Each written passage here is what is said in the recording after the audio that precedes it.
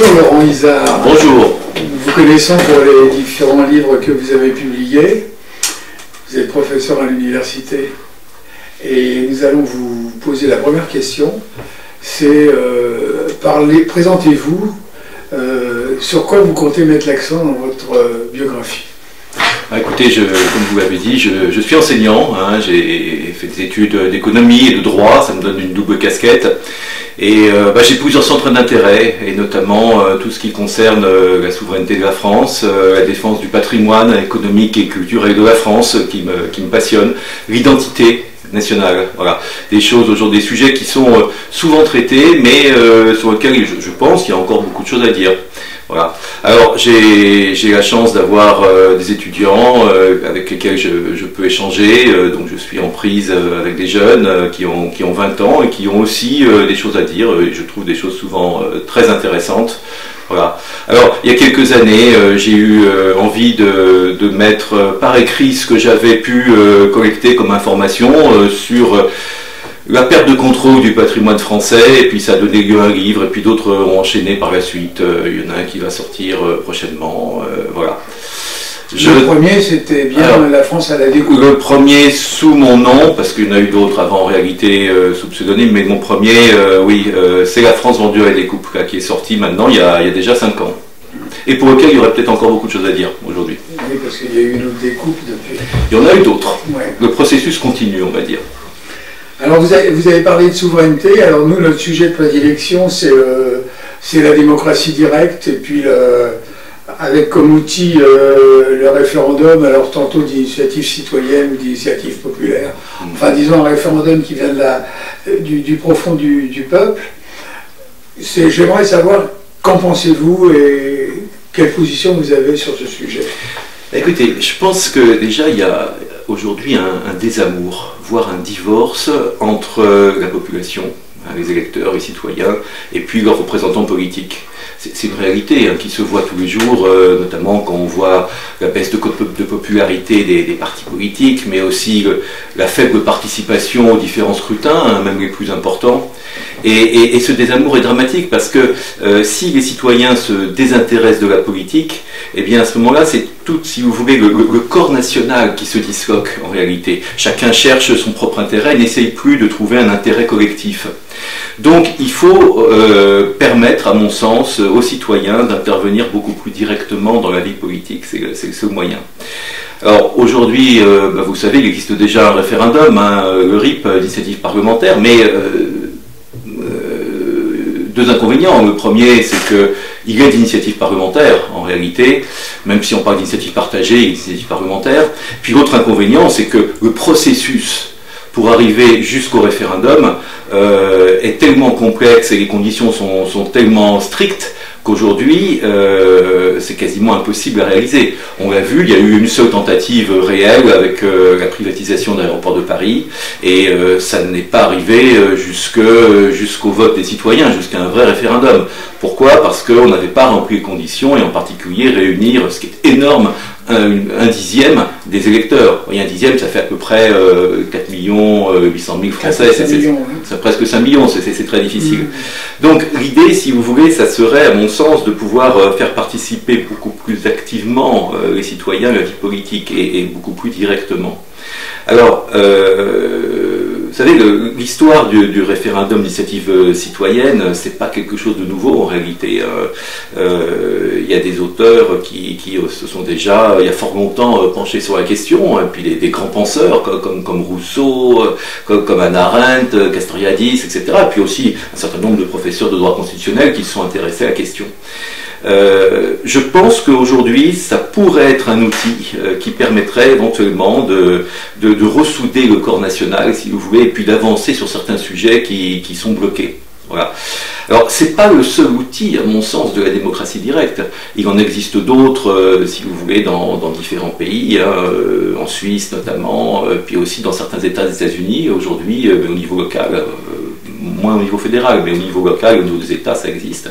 Voilà. Mais c'est vrai que le référendum d'initiative citoyenne, c'est quand même l'outil le plus impressionnant, parce que c'est lui qui donne la parole directement aux citoyens pour faire adopter des textes qui rentreront immédiatement en droit positif.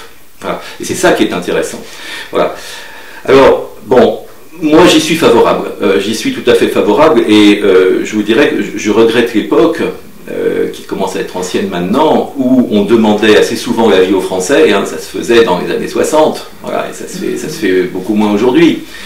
Ça se faisait, et puis je dirais que ça donnait de la légitimité à nos institutions. Vous voyez, la légitimité du général de Gaulle n'était pas liée uniquement à l'aspect historique, c'était lié au fait que, en s'impliquant personnellement dans les référendums qu'il organisait, le fameux référendum plébiscitaire, il arrivait à maintenir une certaine légitimité, si vous voulez. Aujourd'hui, nos dirigeants ont perdu une grande partie de cette légitimité. Et je pense que, ne voulant plus faire de référendum, c'est leur droit, et puis on a vu qu'il y a un référendum extrêmement important qui a été totalement dévoyé, parce que les Français se sont prononcés très concrètement, ils ont dit non à un projet, à la Constitution européenne, et finalement, qui par des voies détournées a fini par être adopté. Donc voilà, il n'y a pas ce risque avec le référendum d'initiative citoyenne. Vous voyez, l'idée c'est qu'on donne la parole aux Français, on leur donne à la fois l'initiative, c'est ça qui est important, l'initiative du référendum, et on leur donne les moyens de le voter et de le faire entrer directement en droit positif. Voilà. Alors, j'ajouterais un bémol en ce qui me concerne quand même, hein. C'est que les sujets qui sont abordés très souvent sont de plus en plus techniques aujourd'hui. Et donc ça suppose une information de qualité pour que les Français puissent pouvoir voter et décider en vraie connaissance de cause. Vous voyez, ça c'est extrêmement important. Or aujourd'hui, on a malheureusement, à mon sens, un déficit d'information dont les partis politiques sont en grande partie responsables d'ailleurs, mais pas que, hein, les journalistes aussi, etc. Et puis surtout, on a aussi aujourd'hui, et ça c'est tout à fait nouveau, et ça n'avait pas été anticipé à mon avis par les personnes qui ont œuvré pour la promotion du référendum d'initiative citoyenne, on a aujourd'hui de véritables entreprises de désinformation, si vous voulez. On parle des bad bots actuellement, vous savez, ce sont des robots qui permettent de discuter sur les réseaux et qui sont en fait, qui ont pour finalité finalement de désinformer. Je veux dire, le référendum d'initiative citoyenne ne peut avoir de sens que s'il s'accompagne d'une information relativement fiable. Voilà. Et il reste encore, à mon avis, à définir des modalités pour laisser la parole libre et en même temps bloquer les éléments qui sont purement des éléments de désinformation. C'est à mon avis la condition sine qua non de la réussite d'un projet de RIC. Mais théoriquement, parce que vous faites référence aux années 60, les référendums qui ont été lancés par le général de Gaulle, il y avait toujours un débat. Toujours. Enfin, on n'avait pas les réseaux sociaux, on n'avait pas Internet. En fait, il y avait un débat qui permettait d'éclairer et qui faisait la décision in fine. Oui, sauf que pour beaucoup de Français qui votaient à l'époque, ils votaient pour ou contre le général de Gaulle. Absolument, oui, ça avait un côté plébiscitaire. Il y avait un côté plébiscitaire très fort. Mais ceci dit, c'est vrai qu'il y avait une information. Les sujets étaient peut-être un petit peu moins techniques qu'aujourd'hui. Vous savez, quand on a voté pour le traité de Maastricht, personne n'a rien compris en réalité. Hein. Voilà, c'était en 92. Mais il y a un espèce de sentiment populaire. Parce que Maastricht, il est passé à 1%. Oui, il me semble, oui. Il suivait un référendum précédent qui avait eu lieu sur les questions européennes, où déjà on sentait quand même, de la part du corps électoral, on sentait une certaine méfiance. Oui, tout à fait. Et moi, je me souviens, j'avais très bien vu le référendum de Maastricht comme le corps électoral qui disait, bon, n'en faites pas trop. Et la sanction, elle est tombée au suivant, et d'une façon significative, puisque là, l'écart était de plus de 10 points entre le oui et le non. Celui qui a été... Et d'ailleurs, en Hollande, où ils ont eu à voter aussi, ils ont voté de la même façon. On a fait voter sur les référendums, il y en a même quelques-uns quand même depuis 20-25 ans, on a fait voter des Français sur des sujets qui ne les intéressaient pas. Oui, je pense en particulier, oui, sur ce que vous disiez précédemment, je pense en particulier à la réduction de 7 à 5 ans. Oui. Par exemple. Parce que il y a eu quand même que 30% de votants. Oui, je m'en souviens bien. Ouais. Et le référendum est passé à 60%. Oui. Alors que le référendum consacrant l'élection du président de la République au suffrage universel à 7 ans, il y avait 80% de votants. Et 60%, 68% je crois de oui, effectivement. Ouais. Oui, mais vous voyez, le le référendum sur le quinquennat, auquel vous faites allusion. Les Français ont voté oui, pourquoi? Ils ne mesuraient pas, à mon avis, tous les enjeux. Vous savez, la proximité entre la durée du mandat présidentiel et du mandat des députés, ça c'était quelque chose qui les dépassait un petit peu. Vous voyez, le fait que, bon, voilà, dans beaucoup de pays, on a des mandats présidentiels qui sont plus courts. Le fait qu'on associait en France, on était quand même le seul pays où il y a un mandat aussi long, renouvelable, et puis avec de tels pouvoirs pour le président de la République. On était, à mon avis, seul au monde. Voilà. Mais les Français n'en étaient pas conscients. Par contre, pourquoi ils ont préféré le mandat? Moi j'avais voté contre, personnellement. Mais pourquoi les Français ont voté pour le quinquennat? Parce que, par méfiance justement, vis-à-vis du personnel politique, ils veulent qu'on leur redonne la parole, le plus souvent possible. Ouais. Parce qu'ils savent qu'il n'y aura pas de référendum entre eux.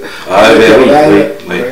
Il y aurait eu des sujets intéressants de référendum depuis l'arrivée d'Emmanuel Macron au pouvoir. Oui. Il y aurait eu de nombreux sujets et qui auraient mérité un référendum, voire même pour d'autres sujets avant l'arrivée d'Emmanuel Macron. C'est dommage qu'on n'en ait pas organisé. Oui, mais c'était la crainte de toute façon de celui qui allait lancer le référendum de se voir opposer un non. Eh oui.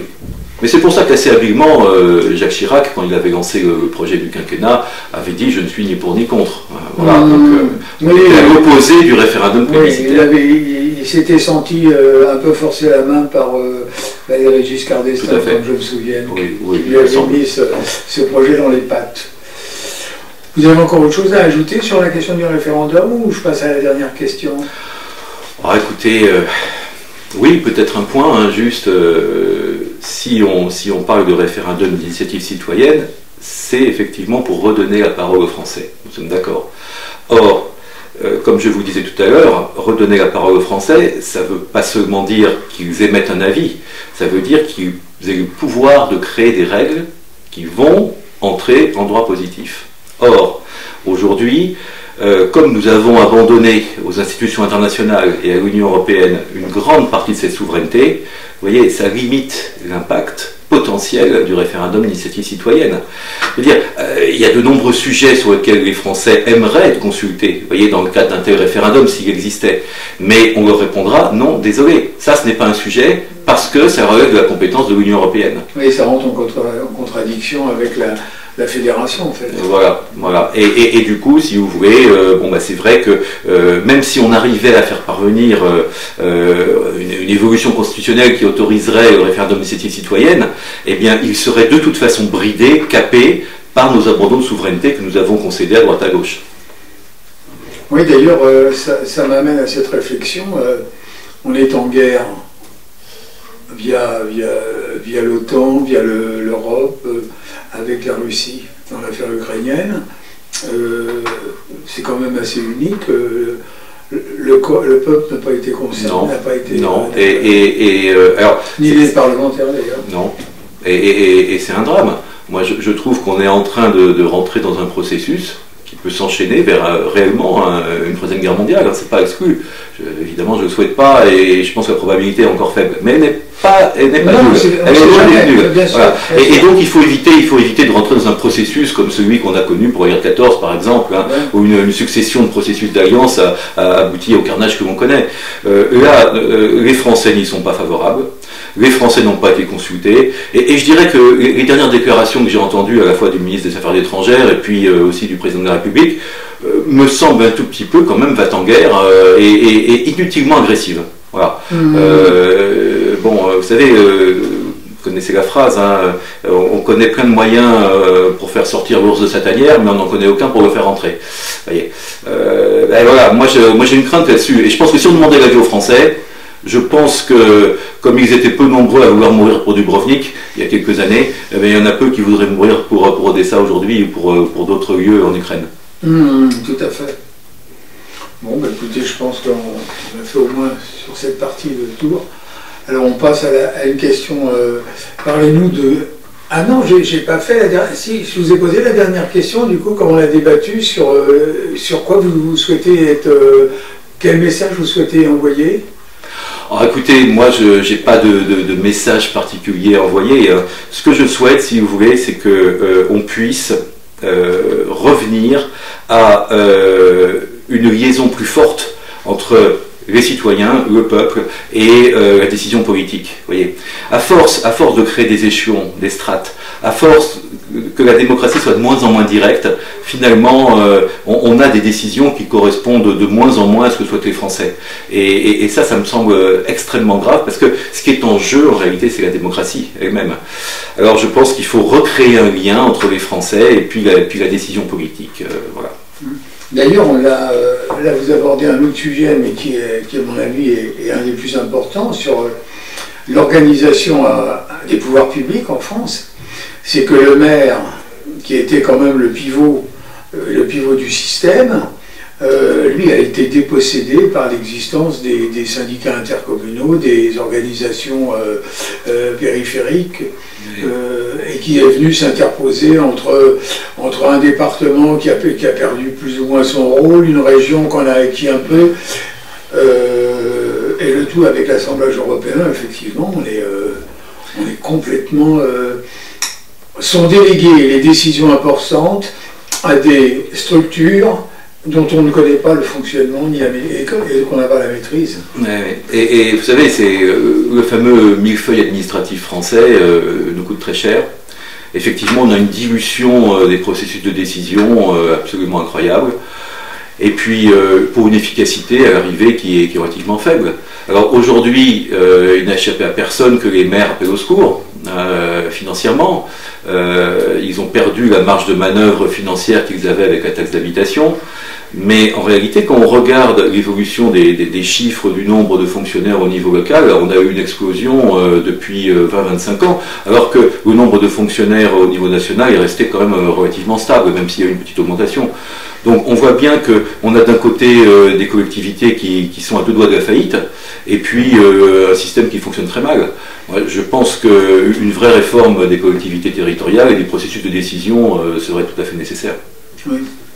Et ça éliminerait aussi les doublons, parce que je pense à ce truc qui se met en place qui s'appelle France Service, et qui double en fait ce que faisait avant la mairie quand le citoyen avait besoin d'enseignement. Je peux vous prendre un autre exemple très concret.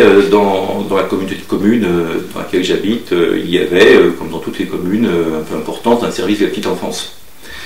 On a décidé de transférer la compétence des services de petite enfance à la communauté de communes. Voilà. Donc on a créé une institution nouvelle, intercommunale, on a affecté un local, on a embauché des fonctionnaires, et c'était censé permettre de faire des économies. Seulement le problème, c'est que les services de la petite enfance au niveau local, au niveau communal, n'ont pas été supprimés. Donc on a un doublon là-dessus, et personne ne sait où il faut aller, et ça coûte 2 fois plus cher. Quelque chose à ajouter? Non, pas véritablement. Eh bien, écoutez, Monsieur Izard, je vous remercie pour cet entretien particulièrement riche. Merci à vous de m'avoir écouté. Et j'espère que vous aurez d'autres partenaires qui viendront sur notre chaîne confirmer, infirmer ou débattre avec vous à travers ce que vous venez de nous dire. Avec Merci. plaisir.